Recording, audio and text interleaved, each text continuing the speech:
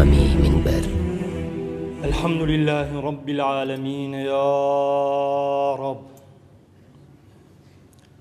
يا ربي لقد عجز الطبيب فداونا، وقد كثر الفتن فسلمنا، وظهر الفساد فنجينا، وقلت حيلتي فتولنا. وأشهد أن لا إله إلا الله وحده لا شريك له، من أراد مؤنسا فالله يكفيه، ومن أراد حجة فالقرآن يكفيه، ومن أراد الغنى فالقناعة تكفيه، ومن أراد واعظا فالموت يكفيه، ومن لم يكفيه شيء من هذا فالنار تكفيه. وأشهد أن سيدنا ونبينا وحبيبنا ومولانا محمد رسول الله كان يكره السمر بعد العشاء، ويقول اللهم بارك لأمتي في بكورها، وكان إذا بعث سرية أو جيشا بعثه أول النهار، وكان صخر رجلا تاجرا، كان إذا بعث تجارة بعثه أول النهار، فأثرى وكثر ماله. ودولة اليابان التي أصبحت أكثر تقدما في العالم رغم ما تعرضت له من آخر سنوات الحرب العالمية الثانية إلى أكثر كارثة نووية عام 1945، ومع ذلك استطاعت أن تبني نفسها، فأصبحت أكثر تطوراً في البرمجيات والتكنولوجيا والصناعات دقيقة على مستوى العالم، وذلك بامتلاكها عقولاً ناضجة ونية خالصة والإتقان في العمل. لما أرادت أن تبني نفسها أخذت تفرض التعاليم على شعبها، فأصبح الشعب الياباني ينام من 9 مساء ويقوم في 6 صباحا. هذه تعاليم الإسلام. أما شبابنا وهم في غفلة معرضون، لست أدري متى ينام أبناؤنا وبناتنا ومتى يستيقظون وكيف يستقبلون يومهم في العمل. حتى الفلاح الذي كان يسابق الطيور في البكور ويسرع إلى حقله قبل أن تقوم الغزالة من خدرها أصبح الآن بفضل فيسبوك يسهر حتى قبل الفجر بقليل، ثم ينام، ثم يقوم في ثانية بعد الظهر. لقد بلغت بنا الحال أصبحنا نستورد كل شيء من الخارج،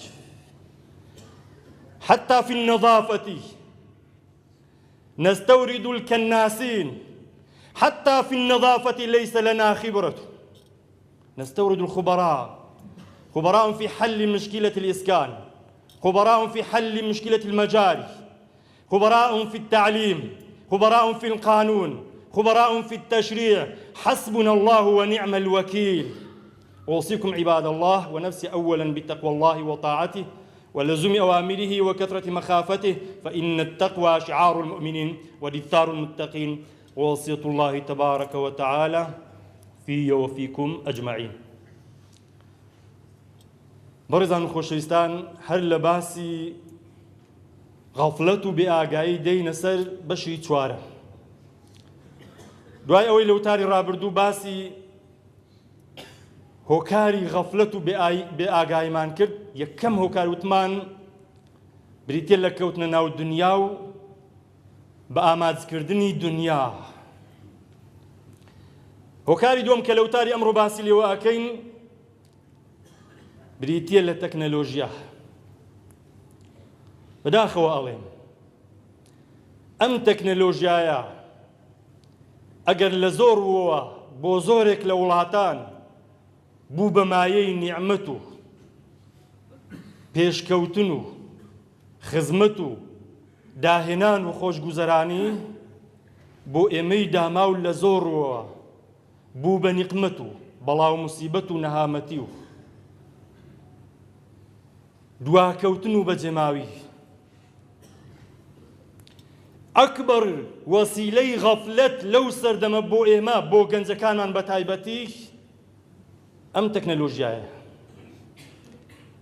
هیچ شتێک بەقەد ئەم تەکنەلۆژیایە ئەم خەڵکەی بەنج و بێئاگا و مەشغول نەکردووە. من باسی زیانەکانی تەکنەلۆژیا ناکەم لە ڕووی تەندروستی، کەس دەیان نەخۆشی نایتەوە، چکە اختصاصی من نییە کە وەک ئەڵێن مێشک وێران ئەکا، ئەعساب و خانەکانی لەش مێشک زەعیف ئەکا، چاوکز ئەکا. بەس نییە ئێستا لەو تەمەنە گچکەیە لە کۆی 30 قوتابی لە پۆلێکە 15یان چاویلکە و عینەکی دانابیت. و باسی زیانەکانی کۆمەڵایەتیش ناکەم کە زیانەکان ڕۆژ بە ڕۆژ زیاد دەکەن. زیانەکانی هێندە زۆرن زیانی کۆمەڵایەتی. بۆ سلماندنی ئەم ڕاستیە بەسە ئامار و داتای تەلاق لە دادگاکان ببینیت کە چ کارە ساتێکی نایتەوە. ئەوەی مەبەستمە لە وتاری ئەمڕۆماندا زیاتر غەفلەت و بێئاگاییە لە سایی تەکنەلۆژی. بەداخەوە ئەڵێم بەرهەمی تەکنەلۆژیا، ئەم ئامێرانە، ئەم ئەنتەرنێت و فەیسبووک و واتسەپ و سناپچات و مێسەنجەر و ڤایبەر و یوتیوب و ئیمۆ و تیلیگرام و ئینستاگرام و ئاتاری و پۆبجی و یاری ئەلکترۆنیەکان بەگشتی خەڵکیان بە جۆرێک مەشغول کردووە، بە جۆرێک گەنجەکانیان بەنج کردووە و بێئاگا کردووە. نەک ئاگایان لە دین و لە خودا و لە قەبر و مردن و قیامەت نەماوە، ئاگایان لە خودی خۆشیان نەماوە، ئاگایان لە تەمەنی خۆیان نەماوە. وەرە سیر کە ئەو هەموو ئامێرانە بەو پارە بکردرێت، هەمووی بۆ لە ناوبردنی گەورەترین سەرمایی مرۆڤە کە کات و تەمەنیەتی بەبێ ئاگایی.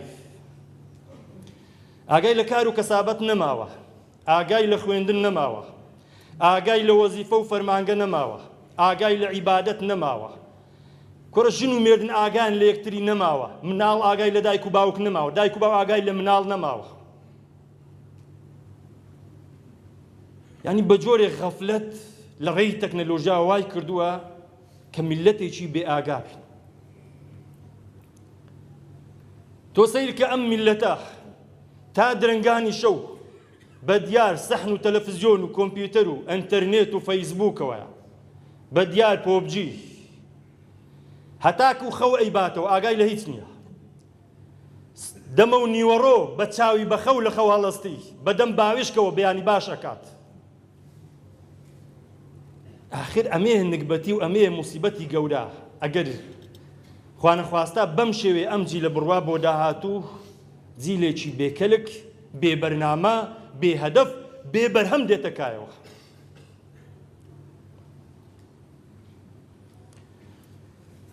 سەیرکەن ژن و مێرد، یعنی خۆ تەکنەلۆژیا لە زۆرەوە ئەگەر بتوانی بە شێوەیەکی تەندروست بە بەرنامە بەکاری بینی خزمەتێکی زۆری بە مرۆڤایەتی کردووە. ڕاستە دوورەکانی لێ نزیک کردینەوە، دەتوان لێرە پەیوەندی بە ئەوڕۆپا و بە هەر وڵاتێکی ئەو سەری جیهان بکەین. بەڵام لە هەمان کاتدا نزیکەکانی لێ دوورخستینەوە.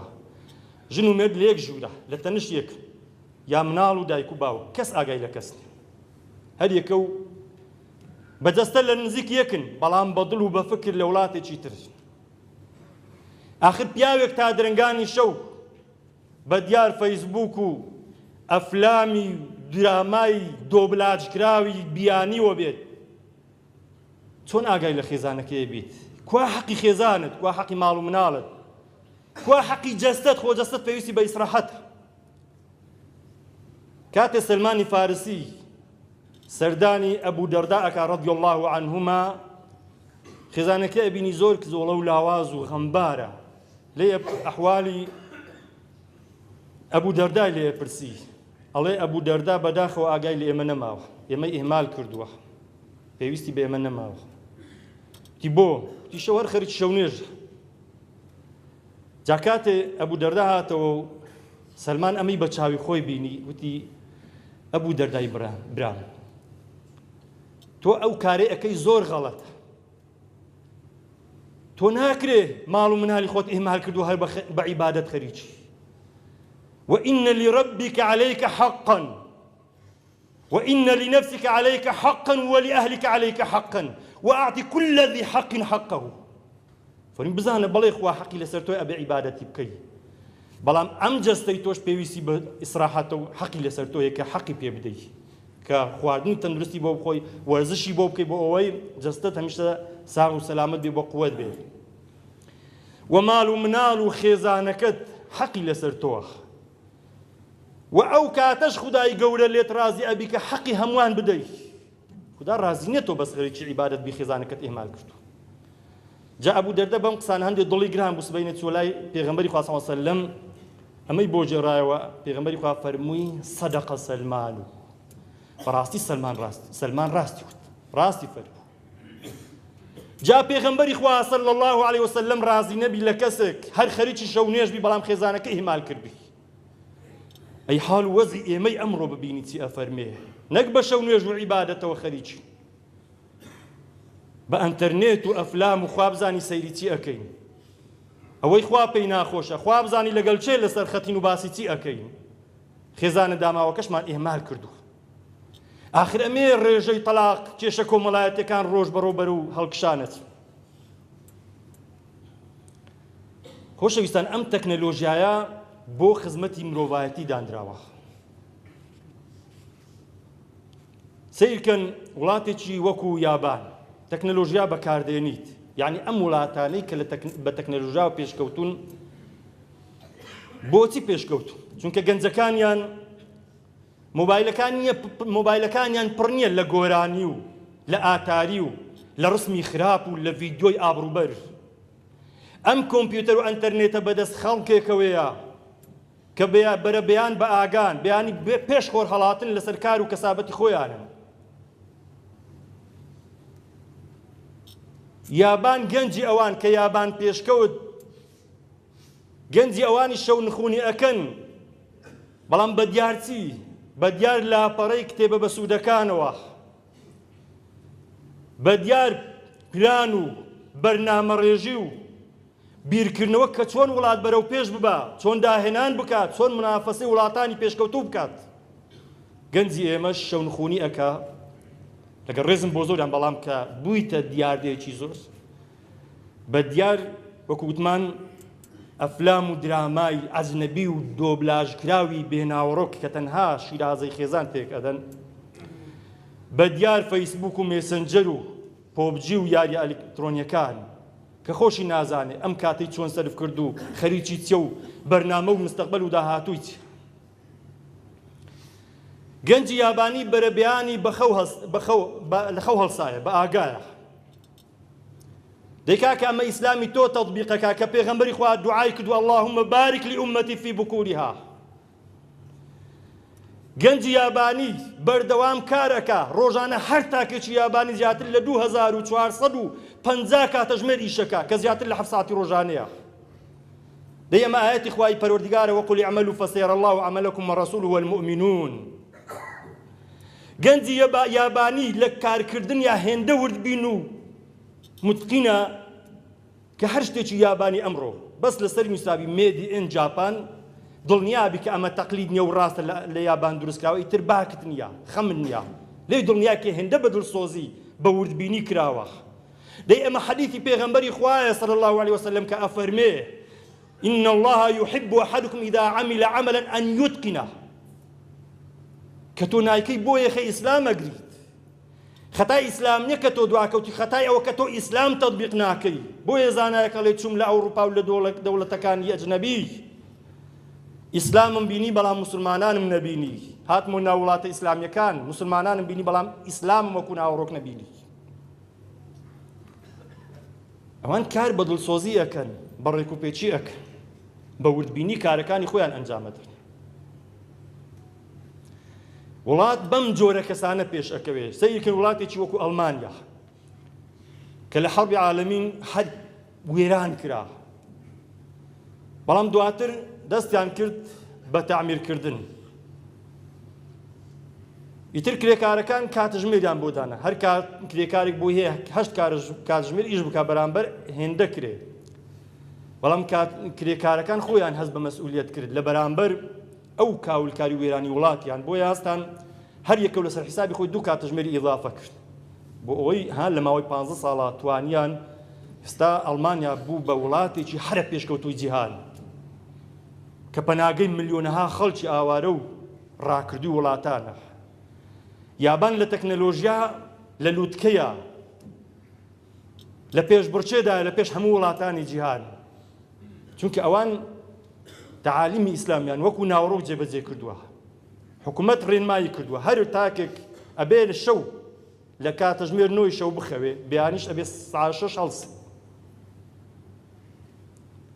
وڵات بەم جۆرە خەڵکە بەم دڵسۆزانە بەو ئینتیمایە پێش ئەکەوێت وڵات هەرگیز بە کەسانی دز و گەندەڵ و جەردا بە جیلێکی بێبەرنامە بێ ئامانج بێبەرهەم بێهیممەت مدمین ئالوودەبوو بە قومار و مەشروب و مەیخانە و نادی و کافتریا و نێرگلە و جگەرە و فەیسبوک و ئەنتەرنێت و پۆبجی و بەو زۆرشتە بێمانایانە کە مدمین وە پێیان سەر ناکەوێت پێش ناکەوێت ئاخر ئەم ئەڵمانیایە ئەڵێ 37 ساڵە کارەبا نەکوژایتەوە تازە بە تازە ڕێنمایی ئەکات و ئەڵێ خەڵکی نەزیاتر وزەی کارەبا بەکاربێن چونکە ئەو وزە و ڤۆڵتێ زۆر لە خۆمان زیاتر ئێمەش ڕۆژ بە ڕۆژ بەرەو دواوە لە ڕووی سوتەمەنی و کارەبا و 50 ساڵ گەڕاینەوە دواوە چێ لە هەشتاکان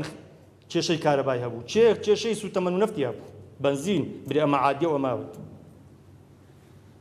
ئەوان ڕۆژ بە ڕۆژ بەرەو پێش ئێمەش ساڵ بە ساڵ بەرەو دواوە هەر بۆیە شێتێکەیە بەناو شێتە بە حیساب ماوە گرتەی ڤیدۆی بڵاو ئەبنەوە خەڵک تەسویرەکات و هەلەسەد بۆ کۆمیدیە بەڵام قسەیەکی زۆر جوانی کردووە ئەڵێ کاتێک سەردەمێک دادێ کورد بە تەنیا میلەتی کورد بە تەنیا حوکمی هەموو گۆی زەوی ئەکات ئەڵێن چۆن شتی وا ڕوئەدا ئەڵێ بەڵێ ڕوئەدا ئەڵێن چۆن ئەڵێ لەبەر ئەوەی ئەم میلەتانە تەکنەلۆژیا بەکاردین ڕۆژ بە ڕۆژ داهێنانەکەن ئەم نەتەوانە هەر پێشەکەون ئیتر وایان لێدێ بەرە گۆی زەوی بەجێ دێن و دەستنە سەر هەسارەکانی تر کوردیش هەر خەریشە و خەریکی فەیسبووکە ڕۆژیش خەریکی خەوتنە بە تەنیا بەجێ ئەمین ئێکە کەس نەبی هەر بە تەنیا حکومەکە لەسەر زەوی با ئێمە بەراوردێکی خۆمان لەگەڵ وڵاتانی هەر دراوسێ وڵاتێکی وەکو ئیسرائیل حەقمان لەوە نیە ئایینی چیە و دەستوری چیە ئەڵێن کوردستان خاوەنی 44,000 متر چوارگۆشە زەوی بەپیت و بەرەکەتە خاوەنی 47 ملیار متر سێگۆشە ئاوی پاکە کە بۆ زەراعەت و بۆ کشت و کاڵ دەست ئەدات ئیسرائیلیش خاوەنی 22,000 متر زەوی چوارگۆشە خاوەنی 2 ملیارشە بەس 2 ملیار متر سێگۆشەی ئاوی پاک کە بۆ زەراعەت دەست بدە یعنی ئێمە خاچی ئێمە 4 ئەوەندەی خاچی 2 ئەوەندەی خاچی ئیسرائیلە کە بۆ کشت و کال و ئەو زەراعەت بەکار بێت و ئاویشمان 4 ئەوەندەی ئاوی ئیسرائیلە ئەو جا ئیسرائیل ساڵانە بای 18 ملیار دۆلار داهات و ئینتاجی خۆی ئەنێرێ بە وڵاتان ئێمەش نەک هەر ئینتاجمانە ساڵانە بای 18 ملیار دۆلار شت لە دەرەوە لە وڵاتان بۆمان دێت ئەی کڕیت ئەمە بەڕێوەبردنی عەقلیەت یعنی عەقلیەتێکی کراوە سیستەم و موئەسەساتێک کە خزمەت بە هاوڵاتی بە وڵات بکەن زۆر وڵاتی تریش یعنی سەیرکەن سوودان خاوەنی 47 ملیۆن مانگایە میسر خاوەنی 29 ملیۆن مانگایە بەڵام هۆڵەندا خاوەنی تەنها 11 ملیۆن مانگایە ئەو جا هۆڵەندا بەو کەمە بەرهەمی شیری شیر و پەنیری تەواوی بازارەکانی جیهانی تەنیوە بەڵام میسر و سۆدان شۆک و ئەیبینی خەریکە لە برسان ئەمرن ڕۆژانە خەڵک ئەڕژێتە سەر شەقام داوای نان و ئاو ئەکا بۆ لێرە بۆمان ڕۆن ئەبێتەوە ئیرادە و عەقلیەت لە پێش بەرهەمووی ئەوان خاوەنی سیستەم و موئەسەسات و عەقلیەت و ئیرادەیەکی بەهێزن ئێمەش خاوەنی سیسی و بۆ تەفلیقە و عەقلیەتێکی داخرا و نەخوێندەوار و عەقل ترشا و عەقل بەستوو و کۆیلەی کۆیلەکان بە مانایەکی تر شەڕ و منافەسە و حیزبایەتی ئەوان لەسەر ئەوەیە چێ زیاتر خزمەتی وڵات بکات چێ زیاتر خزمەتی هاوڵاتیان بکات وڵات بەرەو پێش ببا حیزبایەتی و منافەسە و کێشەی ئێمەش لەسەر ئەوەیە چێمان کورسی حکم داگیر بکات بۆ هەتاتە سەیکەن تازە بە تازە سیسی عەبدولفەتاح سیسی یاسای وڵات هەموار ئەکاتەوە بۆ ئەوەی درێژە بە حکمی دیکتاتۆریەتی خۆی بدا کە بە ئینقلاب هاتۆتە سەر حکم ئێستا یاسا هەموار ئەکرێتەوە لە 4 ساڵیەوە بۆ 6 ساڵی لە 2 خولەوە بۆ 3 خولەوە یعنی 18 ساڵی دیکە ئێوێ بۆ خۆی ئیزافە کە تا ساڵی 2040 حکم بکات بۆ نایە خەم لەم وڵاتە بخۆی خەم لەم میلەتە بخۆی هەر خەمی کورسی خۆیتی عەبدولعەزیز بۆ تەفلیقە لە جەزائیر ئەمە 4 خولی پەرلەمانی سەرۆک لە تەمەنی 81 ساڵی ئێستا ئیعلانی کرد بۆ ساڵی 2020 کە پەرلەمان کە هەڵبژاردن ئەکرێتەوە دیسان خۆی تەرشیحەکاتەوە لە کاتێکە نەخۆشە لەسەر عارەبانێ تەنها سەر ئیشەکە ئاخر بۆ خەڵکێکی تر لێگەڕێ ئەم وڵاتت کاول و وێران کرد هێشتا ئەتەوێت درێژە بە حکم بدەیت ئەمێ کێشە ئێمە بەڕێزان و خۆشەویستە لەخوای گەورە داواکانی خوای گەورە لەم خەوی غەفلەتە بە ئاگامان بێنیتەوە یا ڕەبی خودایە موفقمان بکەی یا ڕەبی خودایە فریامان بکەوێ یا ڕەبی خودایە گەنج و لاوەکانمان ئیسلاح بکەی یا ڕەبی خودایە موفقی دنیا و قیامەتمان بکەی یا ڕەبی خودایە سەربەرزی دنیا و قیامەتمان بکەی خدای لەبەر دەپارین و بە ناوە جوانەکانی خۆت بە سیفەتە بەرزەکانی خۆت بە ئیسمی ئاعظەمت خدایە شیفای نەخۆشەکانمان بێت بە تایبەتی کە ئەوانەی داوایان کردووە لەبەر داوایان لە ئێمە کرد ئێمەش لەبەر دەپارین و خوایە جان شیفای بەخێر و عاجلانە بۆ بنێری یا ڕەبی خدایە ئەوەی کێشەی کۆمەڵایەتی بۆی حەل بکەی یا ڕەبی ئەوەی غەم و پەژار و مشکلێکی هەیە لەسەری لابێت یا ڕەبی خدایە ئەوەی قەرزارە نەدارە دەرگای خێر و ڕەحمەتی بۆ بکەوە یا ڕەبی خدایە ئەوەی مناڵی نەمناڵی پێ بەخشی ئەوەی زەواجی نەکردی بۆی سەهل و ساناو بکەی آمين أقول قولي هذا استغفر الله لي ولكم ولسائر المسلمين ربنا آتنا من لدنك رحمة وهيئ لنا من أمرنا رشدا